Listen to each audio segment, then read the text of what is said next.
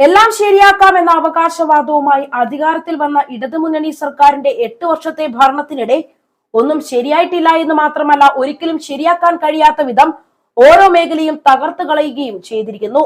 ജനങ്ങളോട് തീരെ പ്രതിബദ്ധതയില്ലാത്ത മന്ത്രിമാരാകട്ടെ അധികാരം ആസ്വദിക്കുകയും അഴിമതി നടത്തണമെന്നുള്ള വിചാരം മാത്രം കൊണ്ടു നടക്കുകയും ചെയ്യുന്നു. നയതന്ത്ര ബാഗേജ് വഴി സ്വർണം കടത്തിയത് മുതൽ ഏറ്റവും ഒടുവിൽ വെളിപ്പെട്ട ബാർക്കോഴ വരെ അഴിമതി ആരോപണങ്ങളുടെ നീണ്ട നിരയാണ് അധികാര തുടർച്ച ലഭിച്ച പിണറായി സർക്കാർ അഭിമുഖീകരിക്കുന്നത്. സൽഭരണം നടത്തുന്നതിനോ ജനജീവിതം മെച്ചപ്പെടുത്തുന്നതിനോ ആത്മാർത്ഥമായ യാതൊരു താല്പര്യവും കാണിക്കാതെ എങ്ങനെയൊക്കെ അഴിമതി നടത്താം, അതിനുവേണ്ടി എന്തൊക്കെ പദ്ധതികൾ ആവിഷ്കരിക്കാം എന്നത് മാത്രമാണ് ഇടതുമുന്നണി സർക്കാരിനെ നയിക്കുന്നവരുടെ ചിന്ത. ജനങ്ങൾക്ക് എന്ത് സംഭവിച്ചാലും പ്രശ്നമല്ല എന്ന നയം സ്വീകരിക്കുകയും പ്രളയവും കോവിഡും പോലുള്ള ദുരന്തങ്ങൾ പോലും അഴിമതി നടത്താനുള്ള അവസരങ്ങളായി കാണുകയും ചെയ്ത സർക്കാരാണ് ഇത്.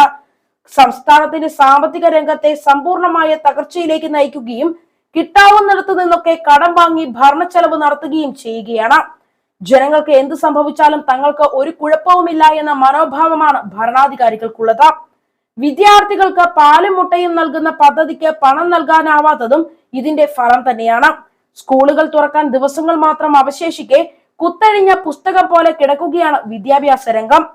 പാഠപുസ്തകം കുട്ടികൾക്ക് എന്ന് കിട്ടുമെന്ന കാര്യത്തിൽ ഇപ്പോഴും വ്യക്തതയില്ല.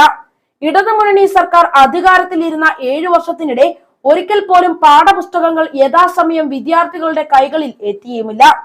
എല്ലാ വർഷവും കൊട്ടിഘോഷിച്ച് പ്രവേശനോത്സവം നടത്തി പോരായ്മകളെയും വീഴ്ചകളെയും മറച്ചു പിടിക്കുക മാത്രമാണ് സർക്കാർ ചെയ്തത്. സർക്കാരിനെ ന്യായീകരിക്കാൻ എന്ത് വിഡ്ഢിതവും വിളിച്ചു പറയാൻ മടിയില്ലാത്ത ഒരു വിദ്യാഭ്യാസ മന്ത്രിയെ കിട്ടിയത് ഈ സർക്കാരിന്റെ ഭാഗ്യമാണെന്ന് പറയാം.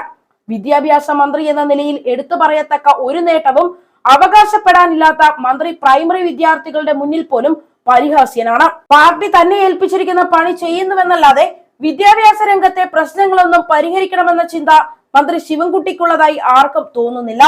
രാഷ്ട്രീയ രംഗത്തെ ഈ മന്ത്രിയുടെ ട്രാക്ക് റെക്കോർഡ് അറിയാവുന്നതിനാൽ ഒന്നും പ്രതീക്ഷിച്ചിട്ട് കാര്യമില്ല എന്നും മുഖ്യമന്ത്രി പിണറായിക്ക് വേണ്ടപ്പെട്ടവനായതുകൊണ്ട് മാത്രം സർക്കാരിന്റെ ഭാഗമായ ഈ മന്ത്രിയെ സഹിക്കുക മാത്രമേ ഗതിയുള്ളൂ എന്നുമുള്ള മാനസികാവസ്ഥയിൽ സാധാരണ ജനങ്ങൾ എത്തിച്ചേർന്നിരിക്കുകയാണ്. പാഠപുസ്തകം എത്തിക്കുന്നതിലായാലും ഉച്ചഭക്ഷണ പദ്ധതി നടപ്പാക്കുന്നതിലായാലും വിദ്യാഭ്യാസ മന്ത്രിക്ക് അശേഷം താല്പര്യമില്ല. വിദ്യാർത്ഥികളെ അന്നമൂട്ടുന്നതിന് പകരം അവരുടെ അന്നമുട്ടിക്കുന്നതിലാണ് പിണറായി സർക്കാരിന് താല്പര്യം. പ്രീ പ്രൈമറി മുതൽ 8ാം ക്ലാസ് വരെ ആഴ്ചയിൽ 2 ദിവസം പാലും മുട്ടയും നൽകുന്ന പദ്ധതി അവതാളത്തിലായിരിക്കുകയാണ്. ഈ പദ്ധതി സംസ്ഥാന സർക്കാരിന്റേതായിട്ടും ബജറ്റിൽ ഇതിനായി പണം വകയിരുത്തിയിട്ടില്ല. ഉച്ചഭക്ഷണ പദ്ധതിയിൽ നിന്ന് ഇതിന് പണം കണ്ടെത്തണം. ഉച്ചഭക്ഷണ പദ്ധതിക്ക് വേണ്ടി വരുന്ന തുകയിൽ 60% കേന്ദ്ര സർക്കാരിന്റെ വിഹിതമാണ്, 40% സംസ്ഥാന വിഹിതം. ഇതിനു വേണ്ടി വരുന്ന അരി നൽകുന്നതും കേന്ദ്ര സർക്കാരാണ്. കേന്ദ്രത്തിന്റെ ഈ ഫണ്ട് വാങ്ങിയിട്ടും വിദ്യാർത്ഥികൾക്ക് പാലും മുട്ടയും നൽകാൻ സംസ്ഥാന സർക്കാരിന് കഴിയുന്നില്ല. കേന്ദ്ര സർക്കാർ എങ്ങനെയൊക്കെ ഞെരുക്കാൻ ശ്രമിച്ചാലും ഇടതുമുന്നണി സർക്കാർ ക്ഷേമ പദ്ധതികൾ നിർത്തില്ല എന്നായിരുന്നു ധനമന്ത്രി KN ബാലഗോപാൽ തെറ്റിദ്ധരിപ്പിച്ചുകൊണ്ടിരുന്നത്. കേന്ദ്ര വിഹിതമായി ലഭിക്കേണ്ടത് മുഴുവൻ ലഭിക്കുകയും കൂടുതൽ കടമെടുക്കാൻ അനുവദിക്കുകയും ചെയ്തിട്ടും 5 മാസത്തെ ക്ഷേമ പെൻഷനാണ് മുടങ്ങിയത്. കേന്ദ്രത്തിൽ നിന്ന് ലഭിക്കുന്ന തുക നിത്യനിദാന ചെലവുകൾക്ക് ഉൾപ്പെടെ ഉപയോഗിക്കുന്നതാണ് കാരണം. കുട്ടികൾക്ക് ഓരോ ദിവസവും പാലും മുട്ടയും നൽകാൻ പണമില്ലാത്തത് എന്തുകൊണ്ടാണെന്ന് വിശദീകരിക്കാൻ ക്ഷേമ പദ്ധതികളുടെ പേരിൽ വാചാലനാകുന്ന ധനമന്ത്രിക്ക് ബാധ്യതയുണ്ട്. പൊതുവിദ്യാഭ്യാസത്തിന്റെ കാര്യത്തിൽ സർക്കാരിനുള്ളത് പാർട്ടി താല്പര്യം മാത്രമാണ്.